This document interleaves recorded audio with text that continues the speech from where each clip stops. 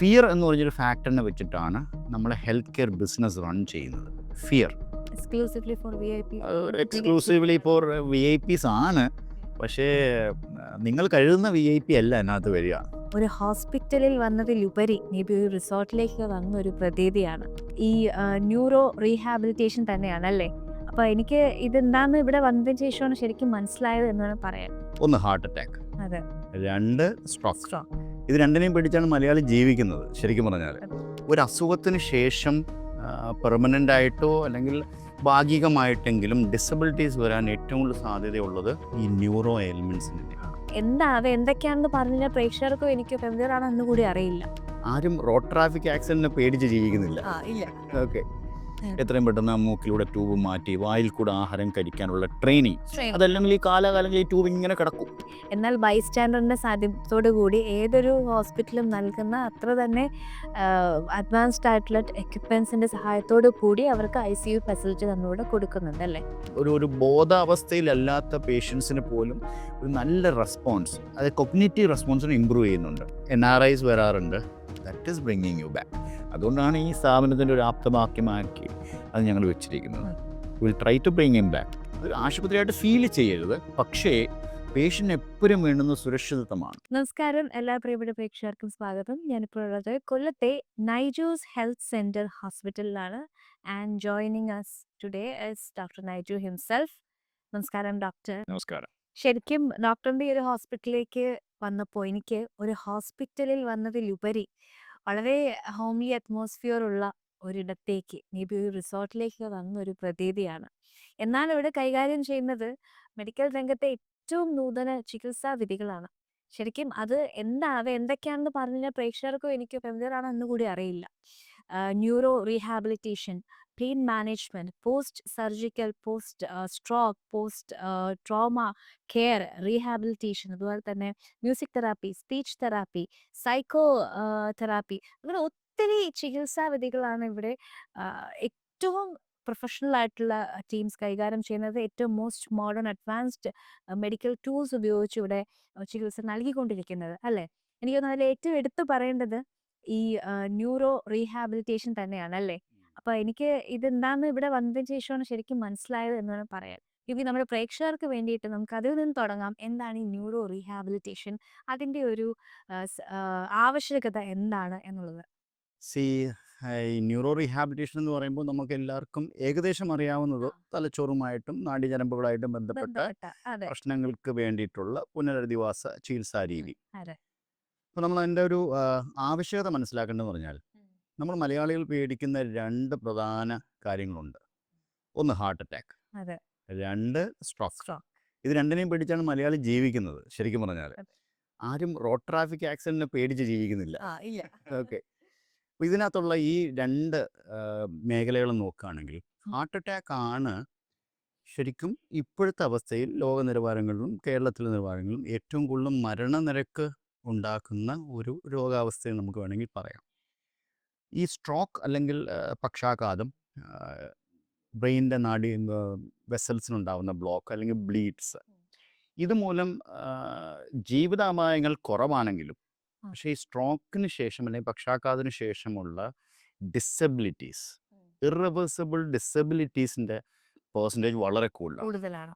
അപ്പോൾ ഹാർട്ട് അറ്റാക്കിനെ വെച്ചും സ്ട്രോക്കിനെ വെച്ചും നമ്മൾ നോക്കുമ്പോൾ ഒരു അസുഖത്തിന് ശേഷം പെർമനൻ്റ് ആയിട്ടോ അല്ലെങ്കിൽ ഭാഗികമായിട്ടെങ്കിലും ഡിസബിലിറ്റീസ് വരാൻ ഏറ്റവും കൂടുതൽ സാധ്യതയുള്ളത് ഈ ന്യൂറോ എയിൽമെൻറ്റ്സിന് തന്നെയാണ്. അപ്പോൾ നമ്മൾ ന്യൂറോ പ്രശ്നങ്ങൾക്ക് ചികിത്സ ചെയ്യാൻ കേരളത്തിൽ വളരെ സജ്ജീകരണങ്ങളുള്ള ഗവൺമെൻറ് സ്ഥാപനങ്ങളും പ്രൈവറ്റ് മേഖലാ സ്ഥാപനങ്ങളും ഒക്കെ ഉണ്ട്, ആശുപത്രി എന്നുള്ള നിലകളിലുണ്ട്. പക്ഷേ ഈ ചികിത്സയ്ക്ക് ശേഷം ആ മനുഷ്യൻ തിരിച്ചയാളുടെ ജീവിതത്തിലേക്ക് പോകുന്നൊരു ജേണി ഉണ്ടല്ലോ. ഉദാഹരണത്തിന് ഒരു സ്ട്രോക്ക് വന്നു അല്ലെങ്കിൽ ബ്ലീഡ് വന്നു, നമ്മളൊരു 10 ദിവസം 15 ദിവസം അല്ലെങ്കിൽ 1 മാസം ഒരു ട്രീറ്റ്മെൻറ്റ് ഒരു ഹോസ്പിറ്റലിൽ അക്യൂട്ടായിട്ട് നമ്മൾ എടുക്കുന്നു. അതിനുശേഷം ഡിസ്ചാർജ് ആയി പോകുന്നു.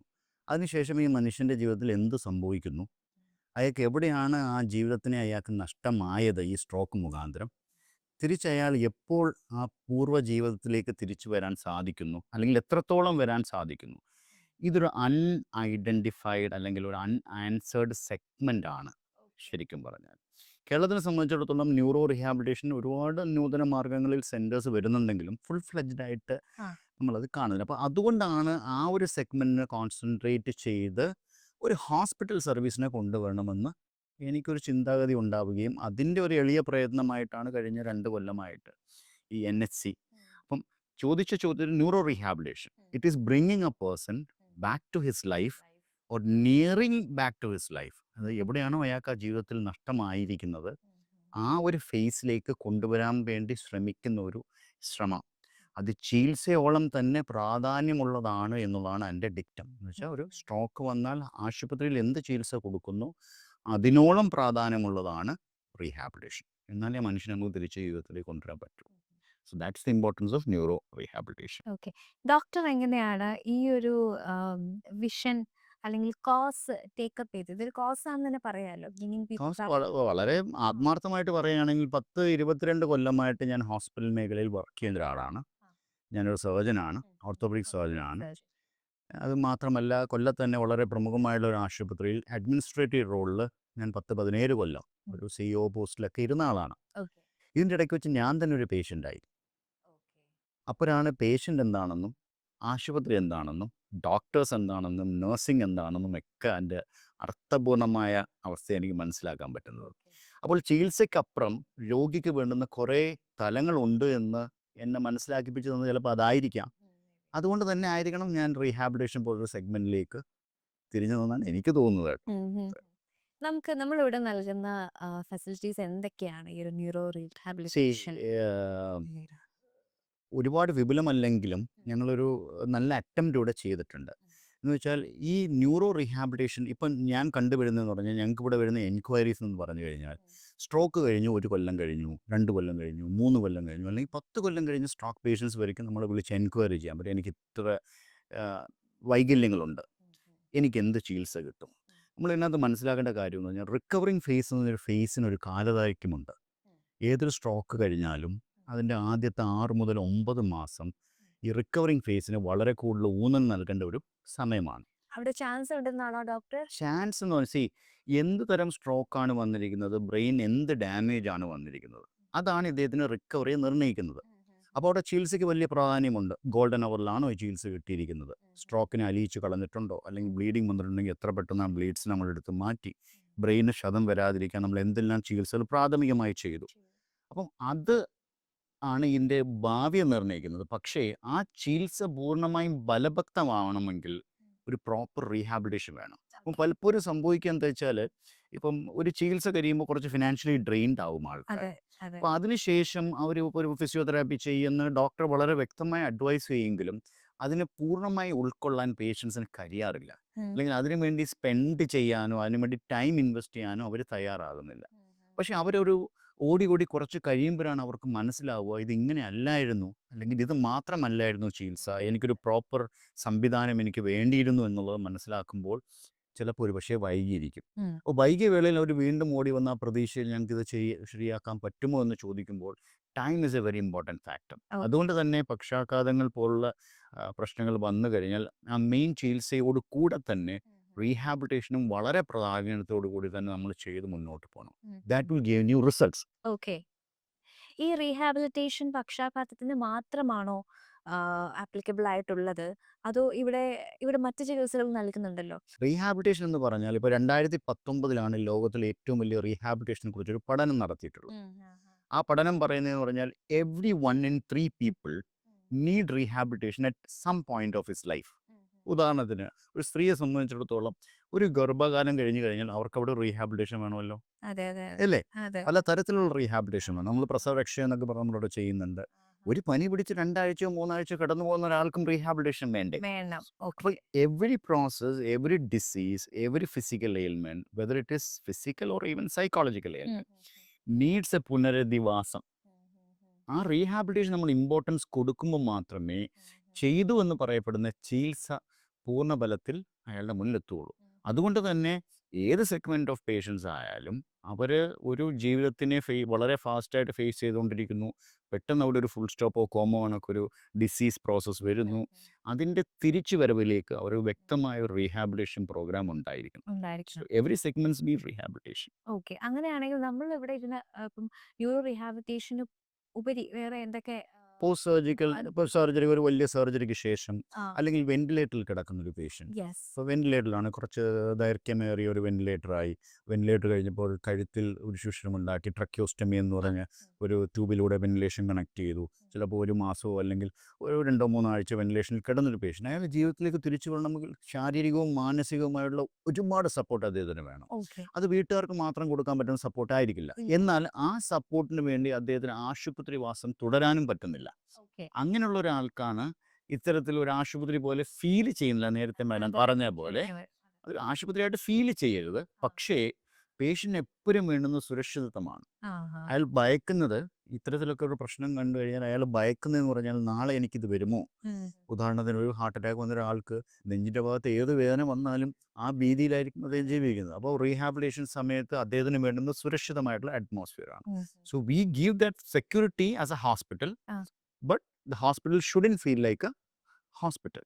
അതാണ് ഈ സെഗ്മെന്റിന്റെ ഒരു ഐഡിയോളജി. ഇതിന്റെ ഒരു കാലയളവ് എത്രത്തോളം ഉണ്ട്? ഇതുപോലെ ഒരു പോസ്റ്റ് ട്രോമ അല്ലെങ്കിൽ ഈ ഒരു ന്യൂറോ റീഹാബിലിറ്റേഷൻ ഒക്കെ എടുക്കുന്ന ഒരു സമയം എത്ര depends upon the injury. Injury എന്താണ് ആ സ്ട്രോക്ക്, എന്താണ് ആ പക്ഷാഘാതം വന്നിരിക്കുന്നത്, ഏതാണ് ആ ആക്സിഡന്റ്, എന്തുകൊണ്ടാണ് അദ്ദേഹം വെന്റിലേറ്ററിൽ വന്നത്, അതിനെ ഡിപ്പെൻഡ് ചെയ്യും അദ്ദേഹത്തിന്റെ പുനരധിവാസ പ്രക്രിയകൾ. അതൊരു പ്രോട്ടോകോൾ അധിഷ്ഠിതമായിട്ട് ഇവിടെ ചെയ്യുന്നു.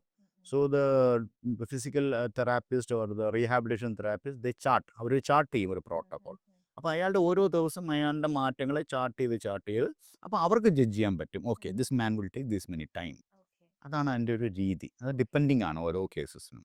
അതുപോലെ തന്നെ NHCയിൽ എടുത്തു പറയേണ്ട മറ്റൊന്നാണ് individual transitional ICU intensive care unit നമ്മൾ നൽകുന്നുണ്ട്. ഈ പറഞ്ഞ പോലെ വളരെ എഫക്റ്റീവായിട്ട് ഒരു ഹോംലി ഫീലോട് കൂടി എന്നാൽ ബൈസ്റ്റാൻഡറിൻ്റെ സാന്നിധ്യത്തോടു കൂടി ഏതൊരു ഹോസ്പിറ്റലും നൽകുന്ന അത്ര തന്നെ അഡ്വാൻസ്ഡ് ആയിട്ടുള്ള എക്യുപ്മെൻസിൻ്റെ സഹായത്തോടു കൂടി അവർക്ക് ICU ഫെസിലിറ്റി നമ്മളിവിടെ കൊടുക്കുന്നുണ്ട് അല്ലേ? അതും കേരളത്തിലെ തന്നെ ആദ്യത്തെ എന്നാണ് ഞാൻ മനസ്സിലാക്കുന്നത്. അതായത് ഒരു ഇൻഡിവിജ്വലൈസ്ഡ് ട്രാൻസിഷണൽ കെയർ ICU എന്നൊരു കൺസെപ്റ്റ് ഒരു പക്ഷേ കേരളത്തിൽ ആദ്യത്തെ തന്നെ ആയിരിക്കാം. കാരണം എല്ലാ ഹോസ്പിറ്റൽസ് ഇപ്പം വൻകിട ഹോസ്പിറ്റലുകളെല്ലാം ഈ ICUകളിലെ ഇൻഡിവിജ്വൽ റൂംസ് ആക്കാൻ വേണ്ടി ശ്രമിക്കുന്നുണ്ട്. എന്നുവെച്ചാൽ പണ്ട് നമ്മൾ അറിയാം, നമ്മുടെ ICU എന്ന് പറഞ്ഞാൽ 10-15 ബെഡിങ്ങനെ കിടക്കും. ഓരോ പേഷ്യൻറ്റും വെന്റിലേറ്ററുള്ള പേഷ്യൻ്റ് ആയിരിക്കും. ഈ പേഷ്യൻസ് പരസ്പരം ചിലപ്പോൾ മനസ്സിലാക്കുന്ന പേഷ്യൻസ് ഉണ്ടാകും, ബോധമില്ലാത്ത പേഷ്യൻസ് ഉണ്ടാകാം. പക്ഷേ ബൈസ്റ്റാൻഡേഴ്സ് അലോഡ് അല്ല. അപ്പോൾ ICU എന്ന് പറഞ്ഞൊരു സെഗ്മെൻ്റ് എന്ന് പറഞ്ഞാൽ നമ്മളൊരു വളരെ ഫേമസ് ആയിട്ടുള്ള ഒരു ഫാദർ പറഞ്ഞ പോലെ അവിടെ കിടന്നാൽ ICU ഞാൻ ദൈവത്തിനെ കാണും എന്നുള്ള സെഗ്മെൻ്റാണ്. അപ്പോൾ അവിടെ കുറച്ചും കൂടെ ബെറ്റർമെൻറ്റ് വരത്തക്ക രീതിയിൽ, അതായത് രോഗിക്ക് ആ പ്രാഥമികമായിട്ടുള്ള അപകടസ്ഥിതി തരണം ചെയ്തു, എന്നാൽ വെന്റിലേറ്ററിൻ്റെ സഹായം വേണ്ടി വരുന്നു, അല്ലെങ്കിൽ നോൺ ഇൻവേസീവ് വെന്റിലേറ്ററിൻ്റെ സഹായം വേണ്ടി വരുന്നു, ട്രാക്കോസ്റ്റമി നിലനിർത്താൻ ഉള്ളൊരു സാഹചര്യം വരുന്നു. അങ്ങനെ ഒരാൾക്ക് ആശുപത്രിയിൽ തന്നെ തുടരണമെന്നില്ല. പക്ഷേ എന്നാൽ സുരക്ഷിതമായിട്ടുള്ളൊരു സ്പേസ് വേണം. അതിൻ്റെ കൂടെ റീഹാബിലിറ്റേഷനും ചെയ്യണം, പുനരധിവാസവും ചെയ്യണം.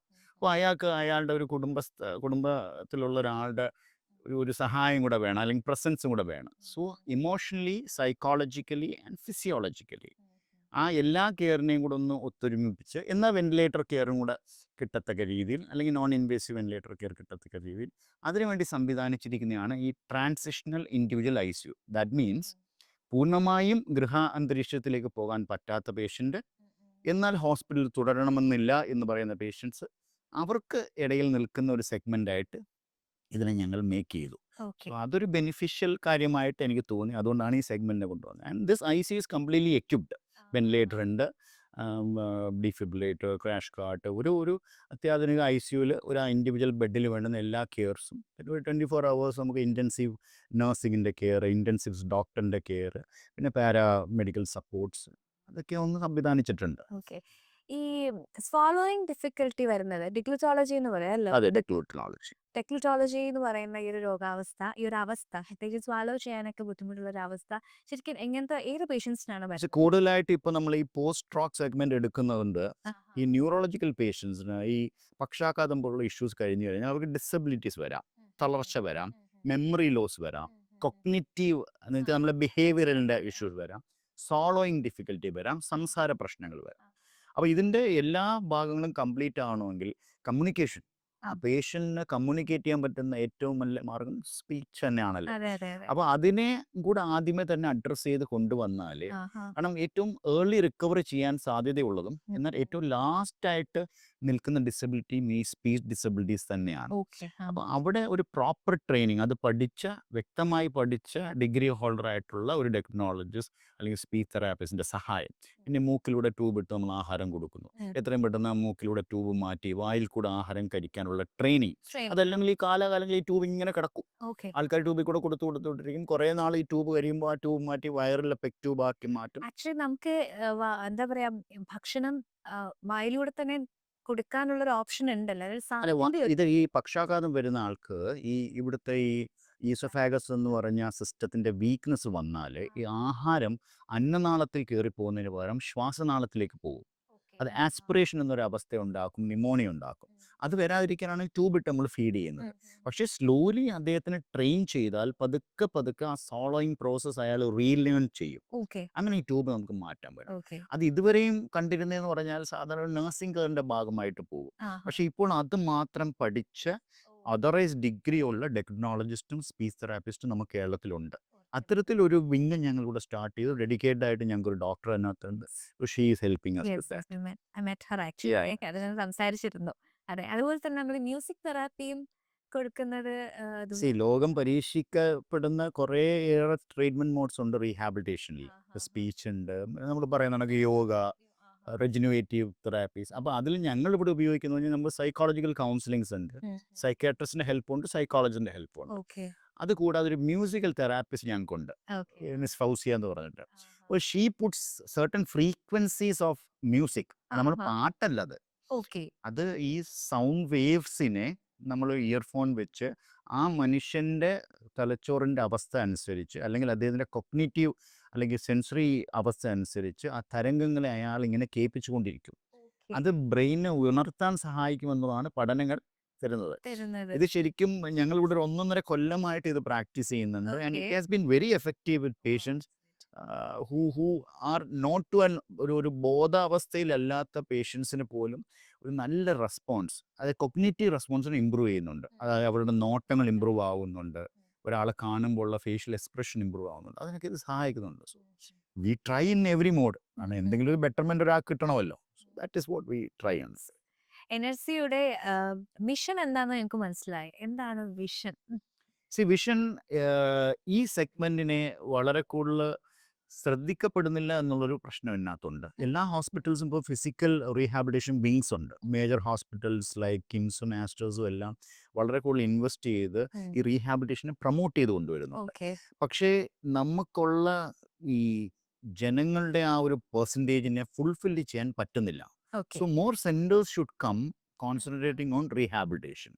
അപ്പോൾ ഞാൻ ആസ് എൻ ഹോസ്പിറ്റൽ ഇപ്പോൾ കൺവെൻഷണൽ ഒരു ഹോസ്പിറ്റലിനെ പോലെ ഒരു ഇത് നടത്താതെ കുറച്ചുകൂടി ഡിഫറെൻ്റ് ആയിട്ട് റീഹാബിലിറ്റേഷനോട് കൂടുതൽ പ്രാമുഖ്യം കൊടുത്ത് കുറച്ചും കൂടി ഒരു ബിഗ്ഗർ സെഗ്മെന്റ് ഓഫ് ബെഡ്സ് കൊണ്ടുവരണമെന്നാണ് എൻ്റെ ആഗ്രഹം. ഇനി കൂടുതൽ ബെഡ് ഫെസിലിറ്റിയോടുള്ള സെൻറ്റർ എൻ്റെ പ്രോജക്റ്റ് ഞാൻ ചെയ്യുന്നുണ്ട്. സോ അതിലേട്ടൊക്കെ പോകണം. കുറച്ചുകൂടെ കൂടുതൽ പേർക്ക് ഇതിൻ്റെ ബെനിഫിറ്റ് കിട്ടും എന്ന് ഞാൻ പ്രതീക്ഷിക്കുന്നു. തീർച്ചയായും. കൂടുതലായും ഏത് തരം പേഷ്യൻസ് ആണ് ഡോക്ടറുടെ ചികിത്സയ്ക്ക് എത്തുന്നത്? സമൂഹത്തിൽ എല്ലാ നിലയിലുള്ള പേഷ്യൻസ് വരാറുണ്ട്. NRIs വരാറുണ്ട്. നോൺ കേരള റെസിഡൻസ് ആയിട്ടുള്ള NRIs ആണ് കൂടുതലായിട്ട് നമ്മൾ ഓപ്റ്റ് ചെയ്യുന്നത്. വെച്ചാൽ അവർ ഈ വിദേശങ്ങളിൽ ഈ ചികിത്സയ്ക്ക് കുറച്ച് പ്രശ്നങ്ങളും പരിമിതികളും ഉണ്ടല്ലോ. അപ്പോൾ അടിയന്തര ചികിത്സകൾ എടുത്തതിന് ശേഷം അപ്പം അവർ ഈ നമ്മുടെ ഒരു ഡിജിറ്റൽ പ്ലാറ്റ്ഫോമിൽ എൻക്വയറി വരികയും അവിടെ നിന്ന് വന്ന് ഇവിടെ ഇത്ര നിശ്ചിത ദിവസങ്ങൾ കിടന്ന് ചികിത്സിക്കുന്ന ഒരുപാട് പേഷ്യൻസ് ഉണ്ട്. അപ്പോൾ ഇപ്പോൾ ഈ വാറും മറ്റു കാര്യങ്ങളൊക്കെ തുടങ്ങിയതിന് ശേഷം ഈ ട്രാഫിക് ഒരു ഇച്ചിരി ടൈറ്റ് ആയതുകൊണ്ട് തന്നെ ഒരു 4-5 പേഷ്യൻസ് എങ്കിലും ഇപ്പോഴത്തെ സെഗ്മെൻറ്റെങ്കിലും ഞങ്ങൾക്ക് ബുക്കിങ്ങിൽ നിൽക്കുന്നുണ്ട്. So they come here, get treated and go back എന്നുള്ളതാണ്. പിന്നെ സമൂഹത്തിൽ ഇപ്പം സാമ്പത്തിക സ്രോതസ് അനുസരിച്ച് ഞാൻ ഇന്ന് സെഗ്മെൻറ്റ് ചെയ്തിട്ടുണ്ട്. മീൻസ് ഏതൊരു സാമ്പത്തിക സ്രോതസ്സിലുള്ള ആൾക്കും കൈകാര്യം ചെയ്യാൻ പറ്റുന്ന രീതിയിൽ ഒരു വാർഡ് കൺസെപ്റ്റും ഉണ്ട്, നോമിനൽ റൂംസ് ഉണ്ട്, മിഡ് റേഞ്ച്, പിന്നെ കുറച്ച് ഫെസിലിറ്റീസ് വേണമെങ്കിൽ അത്തരത്തിൽ. അപ്പം എല്ലാവർക്കും അതൊരു സൗകര്യം കിട്ടട്ടെ എന്നുള്ള രീതിയിലാണ്. കുറച്ച് ബെഡ്സേ ഉള്ളെങ്കിലും ഞങ്ങൾ അങ്ങനെ തന്നെയാണ് എന്നെ സംവിധാനിച്ചിരിക്കുന്നത്. എനിക്കിവിടെ വളരെ കൗതുകകരമായിട്ട് തോന്നിയൊരു കാര്യം, ഞാനൊരു റൂം കണ്ടു. VIP റൂം എന്നാണ് അത് എഴുതിയിരുന്നത്. ശരിക്കും അത് exclusively for VIP? Exclusively for VIPs ആണ്. പക്ഷേ നിങ്ങൾ കരുതുന്ന VIP അല്ല അതിനകത്ത് വരിക. അതിനകത്ത് വെച്ചാൽ ഇതൊരു പാർട്ണർഷിപ്പ് ഫേമാണ്. അപ്പം ഇതിനകത്ത് നിൽക്കുന്ന ഈ മാനേജറിയൽ ലെവലിലുള്ള ഒരു 6ഓളം സ്റ്റാഫുകൾ ശരിക്കും പറഞ്ഞാൽ ഈ സ്ഥാപനത്തിൻ്റെ ഉടമസ്ഥാവകാശത്തിലുള്ള ആൾക്കാരാണ്. ഓ അപ്പം അവരുടെയും കൂടെ ഒരു പാർട്ണർഷിപ്പും നോൺ ഇൻവെസ്റ്റിംഗ് പാർട്ട്നേഴ്സാണ് അവർ. Okay okay. അപ്പോൾ അവരവരുടെ സ്ഥാപനം പോലെയാണ് ഇതിനെ വളർത്തിക്കൊണ്ടിരിക്കുന്നതും നടത്തിക്കൊണ്ടിരിക്കുന്നതും. അപ്പോൾ ഞങ്ങൾക്ക് എല്ലാവരും കൂട്ടായിട്ടൊരു ആഗ്രഹം ഉണ്ടായിരുന്നു. അതായത് ഒരു സാമ്പത്തികത്തിൻ്റെ പേരിൽ ഒരാളെ മാറ്റി നിർത്താൻ പാടില്ല, ഒരു ചികിത്സയെ മാറ്റി നിർത്താൻ പാടില്ല എന്ന് പറഞ്ഞിട്ട് ഞങ്ങളൊരു നിൽ ബിൽ ബെഡ് എന്നൊരു കൺസെപ്റ്റ് കൊണ്ടുവന്നു. നിൽ ബിൽ ബെഡ് നിൽ ബിൽ ബെഡ്. ആ ബെഡിന് ബില്ലില്ല. ഓ ഓക്കെ. ഓക്കെ അപ്പോൾ 3 ആഴ്ച വരയ്ക്കുമുള്ള ചികിത്സ അവർക്ക് പൂർണ്ണ സൗജന്യമായിട്ട് എടുക്കാം, ഇൻക്ലൂഡിങ് ഫുഡ്. അത് അവരുടെ അവകാശമാണ്, ഞങ്ങൾ കൊടുക്കുന്നതല്ല. അത് ആ പേഷ്യൻറ്റിൻ്റെ ഒരു അവകാശം എന്നുള്ള രീതിയിലാണ്. അപ്പോൾ അതിന് വേണ്ടുന്നതെന്ന് പറഞ്ഞാൽ അവർ അതിന് അർഹതപ്പെട്ട ആളാണെന്നുള്ളൊരു തെളിവുണ്ടാവണം. അപ്പോൾ അയാളുടെ ലൊക്കാലിറ്റിയിലുള്ള ഒരു പഞ്ചായത്തിൻ്റെ മെമ്പറോ ആരെങ്കിലും സാക്ഷ്യപ്പെടുത്തുന്ന ഒരു ലെറ്റർ മതിയാവും. മതിയാകും. അത് നമുക്ക് ബോധ്യപ്പെട്ടിട്ടുണ്ടെങ്കിൽ ആ സെഗ്മെൻറ്റിലേക്ക് അയാളെ നമ്മൾ ചികിത്സിക്കും. ആ 3 ആഴ്ച അയാൾക്ക് ഇവിടെ നിന്ന് ബില്ലുണ്ടാവില്ല, ഒരു കാരണത്തും ബില്ലുണ്ടല്ല. കൂടെ നിൽക്കുന്ന ബൈസ്റ്റാൻഡറിന് ഫുഡിൻ്റെ ചാർജ് മാത്രമാവും, അത് അയാൾ പേ ചെയ്യണമെന്നുള്ളേ ഉള്ളൂ. അപ്പം ആ ഒരു സെഗ്മെൻ്റ് ആണെന്നുകൊണ്ടും അയാൾ പേ ചെയ്യുന്നില്ലാത്തത് കൊണ്ടും അയാൾക്ക് കുറവ് വരാൻ പാടില്ല. So he's the most important patient at that segment. അപ്പോൾ അതുകൊണ്ട് ഇവരെല്ലാം കൂടെ ചേർന്ന് അതിനൊരു പേരിട്ടു VIP. അപ്പോൾ VIP ആണ് ഞങ്ങളെ സംബന്ധിച്ചിടത്തോളം. വേറൊരു അർത്ഥത്തിലല്ല എന്നുള്ളത് മാത്രമേ ഉള്ളൂ. അതാണ് VIP. Okay that's nice. അതുപോലെ ഡോക്ടർ ഇവിടെ എടുത്തു പറയേണ്ടതാണ് ഇവിടുത്തെ ഒരു ആംബിയൻസ്. ഞാൻ ഇങ്ങോട്ടേക്ക് കയറി വന്നപ്പോഴത്തേക്ക് ഒരുപാട് ഇൻഡോർ പ്ലാന്റ്സ്, ഔട്ട്ഡോർ പ്ലാന്റ്സ്, ബേർഡ്സിനെ കണ്ടു, കൊനൂറിനെയൊക്കെ കണ്ടു, പിന്നെ അരയന്നങ്ങളുണ്ട്. അപ്പോൾ ഒരു പ്രത്യേക തരം ആംബിയൻസ് ആണ്. ഞാൻ ആദ്യം പറഞ്ഞ പോലെ ഒരു ഹോംലി അറ്റ്മോസ്ഫിയറിനോടൊപ്പം തന്നെ നമുക്ക് ഭയങ്കര സൂത്തിങ് ആയിട്ടുള്ള ഒരു റിസോർട്ട് ഫീലൊക്കെ തരുന്ന രീതിയിലാണ് ഇവിടെ സെറ്റ് ചെയ്തിരിക്കുന്നത്. അതിന് കാരണം ഈ പ്രത്യേക പക്ഷേ അതിന് കാരണം എന്ന് പറഞ്ഞു കഴിഞ്ഞാൽ ഈ എത്ര സന്തോഷത്തിലാണെങ്കിലും പെട്ടെന്ന് ഓടിച്ചെന്ന് കയറാൻ പറ്റാത്തൊരു സ്ഥലമാണല്ലോ ആശുപത്രി, അതെ അല്ലേ? ചിലർ ആശുപത്രിയുടെ അറ്റ്മോസ്ഫിയർ അറ്റ്മോസ്ഫിയർ, സ്മെല്ല് അതെ ആൻഡ് ലുക്ക്. അപ്പം അതിൽ ഇപ്പോൾ ഒരു ഹോസ്പിറ്റൽ ട്രീറ്റ്മെൻറ്റ് കഴിഞ്ഞ് വരുന്ന പേഷ്യൻ്റ് കൂടെ ആയതുകൊണ്ട് വീണ്ടും അതിൻ്റെ ഒരു ഫീല് വരാതിരിക്കണമെന്നുള്ളത് കൊണ്ടാണ് ഞങ്ങൾ ഇത്തരത്തിൽ തന്നെ സംവിധാനിപ്പിച്ചിരിക്കുന്നത്. പിന്നെ ഇതിന് പ്രചോദനമായെന്ന് തോന്നുന്നത് പറഞ്ഞാൽ ഇപ്പം ആസാദ് മൂപ്പൻ സാറ് കൊച്ചിൻ ആസ്റ്ററിൽ നമ്മൾ കയറി ചെല്ലുമ്പോൾ അവിടെ ഒരു മ്യൂസിക്കൽ ഡെസ്ക് വെച്ചിട്ടുണ്ട്. അപ്പോൾ ഞാൻ കുറച്ച് നാൾ മുമ്പ് അവിടെ ഇങ്ങനെ പോയപ്പോൾ ഒരു ഫ്ലൂട്ട് പ്ലെയർ ഇന്ന് പ്ലേ ചെയ്യുകയാണ്. അപ്പോൾ അയാളുടെ മുമ്പിൽ ഒരു 2-3 അമ്മമാരുണ്ട്. ഈ കുഞ്ഞിനെ ലാപ്പിൽ എടുത്തിട്ടിട്ട് ഈ മ്യൂസിക് കേൾപ്പിച്ച് ആ കുഞ്ഞുങ്ങളെ ഉറക്കുകയാണ്. Okay so that is exactly what a hospital should provide. സമാധാനം കൊടുക്കുന്ന ചികിത്സാലയമാണ് ഏറ്റവും നല്ല ചികിത്സാലയം. അൺഫോർച്ചുനേറ്റ്ലി ഫിയർ എന്ന് പറഞ്ഞൊരു ഫാക്ടറിനെ വെച്ചിട്ടാണ് നമ്മൾ ഹെൽത്ത് കെയർ ബിസിനസ് റൺ ചെയ്യുന്നത്. ഫിയർ നമ്മൾ എവിടെ എടുത്ത് നോക്കിയാലും ഒരു പേടി കൊടുത്താൽ മാത്രമേ പേഷ്യൻ്റ് ഇൻവെസ്റ്റിഗേഷനും വരത്തുള്ളൂ, ചികിത്സിക്കാനും വരുള്ളൂ. അപ്പോൾ ഒരു ഫിയർ ഫാക്ടറിൽ ചെയ്യേണ്ട സാധനമല്ല ഹെൽത്ത് കെയർ, ഒരു സൂതനിങ് ഫാക്ടറിൽ ചെയ്യേണ്ട സെഗ്മെൻ്റാണ് ഹെൽത്ത് കെയർ എന്ന് വിശ്വസിക്കുന്ന ആളാണ് ഞാൻ. എനിക്കങ്ങനെയാണ് ഇഷ്ടം. ഞാനൊരു ആശുപത്രി കിടന്നാൽ എനിക്ക് അത് വേണം. ഓക്കെ അപ്പോൾ അതുകൊണ്ട് തന്നെ ജനങ്ങൾക്ക് അത് കിട്ടുക എന്നുള്ളത് എൻ്റെ സൈഡിൽ നിന്നുള്ള ഒരു എളിയ അറ്റംപ്റ്റ് അതിനകത്ത് ഞാൻ കൊടുക്കുന്നു എന്നുള്ളേ ഉള്ളൂ. ഇന്ത്യയിലെ തന്നെ ഏറ്റവും മികച്ച ഹെൽത്ത് കെയർ നൽകുന്നത് കേരളമാണ്. ആ കാര്യത്തിൽ എല്ലാ മലയാളികളും അഭിമാനിക്കുന്ന ഒന്നാണ്. പക്ഷെ എനിക്ക് നമ്മുടെ NHCയിൽ വന്നപ്പോൾ മനസ്സിലാക്കുന്നത് മറ്റെവിടെയും ഇല്ലാത്ത വളരെ യുണീക്ക് ആയിട്ടുള്ള ഒരുപാട് എക്യുപ്മെന്റ്സ് നമുക്ക് സ്വന്തമായിട്ടുണ്ട്. ഡോക്ടർ അതിനെക്കുറിച്ചൊന്ന് സംസാരിക്കാവോ? സംശയം ഇല്ലാത്ത കാര്യം തന്നെയാണ് ഹെൽത്ത് ഇൻഡസ്ട്രി അല്ലെങ്കിൽ ഹെൽത്ത് കെയറിൽ കേരളം തന്നെയാണ് മികച്ച സംസ്ഥാനം. ഇന്ത്യയിലുടനീളം നോക്കിയാലും ലോകോത്തര നിലവാരവും നമുക്കുണ്ട്. അപ്പോൾ ഇവിടെ യുണീക്ക് എന്ന് പറയാൻ ഏറ്റവും എനിക്ക് യുണീക്കായിട്ട് പറയാനുള്ളത് ഇവിടെ ഒരു പ്രോട്ടോക്കോൾ അധിഷ്ഠിതമായിട്ടാണ് പോകുന്നത്. ഇവിടെ നമുക്ക് ഏകദേശം 10-20ഓളം ഫിസിയോതെറാപ്പി സ്റ്റാഫ്സ് ഉണ്ട്, റീഹാബിലിറ്റേഷൻ സ്റ്റാഫ്സ് ഉണ്ട്, പിന്നെ നഴ്സിംഗ് ഉണ്ട്. പക്ഷെ ആർക്കും സ്വന്തമായിട്ടൊരു ചികിത്സ ചെയ്തു പോകാൻ പറ്റില്ല. പ്രീ ഡിഫൈൻഡ് ആയിട്ടൊരു പ്രോട്ടോക്കോളിൽ ആ പേഷ്യൻറ്റിന് ആവശ്യമായിട്ടുള്ള ഒരു പ്രോട്ടോകോൾ ചാർട്ട് ചെയ്ത് മാത്രം അത് അപ്രൂവ് ആയി മാത്രമേ പോകാൻ പറ്റുള്ളൂ. അത് മാത്രമല്ല daily that protocol is been revise. ഓരോ ദിവസവും അയാളുടെ ഇമ്പ്രൂവ്മെൻറ്റ്സിനെ വിഷ്വലൈസ് ചെയ്ത് മുന്നോട്ട് പോകാനേ നമുക്ക് പറ്റുള്ളൂ. അത് മാത്രമല്ല ഇവിടെ ചികിത്സയ്ക്ക് വിടുന്ന ഡോക്ടേഴ്സിലേക്ക് ഈ പ്രോട്ടോകോൾ ഞങ്ങൾ തിരിച്ചെടുത്ത് കൊടുത്തുവിടാറുണ്ട് റിസൾട്ടായിട്ട്. So he can judge what is happening with the patient. One thing, അതാണൊരു യുണീക്ക്നെസ്. 2, കുറച്ച് അഡ്വാൻസ് മെഷീനറീസ് ഞങ്ങൾ പ്രൊക്യൂർ ചെയ്തിട്ടുണ്ട്. അതിനകത്ത് ഇപ്പം ഈ സ്ട്രോക്കിന് വേണ്ടിയിട്ടുള്ള ഒരു super inductive magneto therapy system, post stroke therapy, അതായത് ചലനശേഷി നഷ്ടപ്പെട്ടുകൊണ്ടിരിക്കുന്ന മസിൽസിനെ ഉം. പൂർണ്ണ സ്ട്രെങ്തിലേക്ക് സ്റ്റിമുലേറ്റ് ചെയ്യും, എക്സ്റ്റേണലി സ്റ്റിമുലേറ്റ് ചെയ്യുക അതിനെ, എന്നുവെച്ചാൽ ശല്യപ്പെടുത്തുക. അപ്പോൾ ശല്യപ്പെടുത്തുമ്പം പേഷ്യൻ്റ് തളർന്നു നിൽക്കുന്ന ഒരു കൈ ആ സ്റ്റിമുലേഷൻ ചെയ്യുമ്പോൾ ആ മൂവ്മെൻ്റ് ആ പേഷ്യൻ്റ് കാണുമ്പോൾ അയാളുടെ മനസ്സിൽ അല്ലെങ്കിൽ അയാളുടെ പ്രതീക്ഷയിൽ okay it can move again, ഇത് വീണ്ടും ചലിച്ചു തുടങ്ങാൻ സാധ്യതയുണ്ട് എന്നുള്ളൊരു വലിയ ഇമ്പാക്റ്റിംഗ് ആ മെഷീൻസ് കൊടുക്കാറുണ്ട്. സോ അത് റിപ്പീറ്റഡ് ആയിട്ട് ചെയ്ത് ആ സ്റ്റിമുലേഷനെ ബിൽഡ് ചെയ്യുക, അതൊന്ന്. That is super inductive system. പിന്നെ ഒരു ക്രയോട്ടോർ എന്ന് പറഞ്ഞൊരു ജർമ്മൻ മെഷീൻ ഉണ്ട്. അത് ഏകദേശം -35ഓളം ഡിഗ്രിയിലേക്ക് ശീതീകരിക്കും. അപ്പോൾ ഈ സ്റ്റിഫായി പോകുന്ന ജോയിൻറ്റ്സ്, ഈ പക്ഷാഘാതത്തിൻ്റെ ഒരു വലിയ ഫേസാണ് സ്പാസ്റ്റിക് ഫേസ് എന്ന് പറയുക. എന്ന് വെച്ചാൽ നമ്മൾ കണ്ടിട്ടില്ല, പക്ഷാഘാതം വന്ന ആൾക്കാർക്ക് കൈ ഇങ്ങനെ അനക്കാൻ പറ്റാത്ത സ്ഥിതികളിലിരിക്കുക. അപ്പോൾ അങ്ങനെയുള്ള ജോയിൻറ്റ്സിനെ ഈ ശീതീകരിച്ചുകൊണ്ട് അതിനെ മൊബിലൈസ്ഡ് ആക്കും. അല്ല നമുക്ക് പെട്ടെന്ന് വരെ മൊബിലൈസ് ചെയ്യുമ്പോൾ അത് ഭയങ്കര പെയിൻഫുൾ ആയിരിക്കും. അപ്പോൾ ഈ ക്രയോ എന്ന് പറയുന്ന ഒരു എൻറ്റൈറ്റിയെ കൊണ്ട് അത് നമ്മൾ ചെയ്യുന്നു, അത് നമുക്ക് പ്രൊക്യൂർ ചെയ്തിട്ടുണ്ട്. അങ്ങനെ കുറച്ച് അഡ്വാൻസ് മെഷീൻസ്. പക്ഷേ ഒന്നും അല്ല ന്യൂറോ റീഹാബിലിറ്റേഷൻ അഡ്വാൻസ് വേർഷൻസ് ഇന്ത്യയിലെ പല സെൻറ്റേഴ്സും വെച്ച് നോക്കിക്കഴിഞ്ഞാൽ നമുക്ക് ഇനിയും കുറേ മെഷീനറീസ് പ്രൊക്യൂറിങ്ങിനുണ്ട്. പിന്നെ we have A decompression device. Decompression എന്ന് പറയുന്നത് അത് പക്ഷാഘാതത്തിനോ സ്ട്രോക്കിനോ ഉള്ളതല്ല. പക്ഷേ ഈ ഡിസ്കിൻ്റെ ശല്യങ്ങൾ, ഡിസ്ക് പലിച്ചിന് ഇൻഡിക്കേറ്റഡ് ആയിട്ടുള്ള പേഷ്യൻസിന്.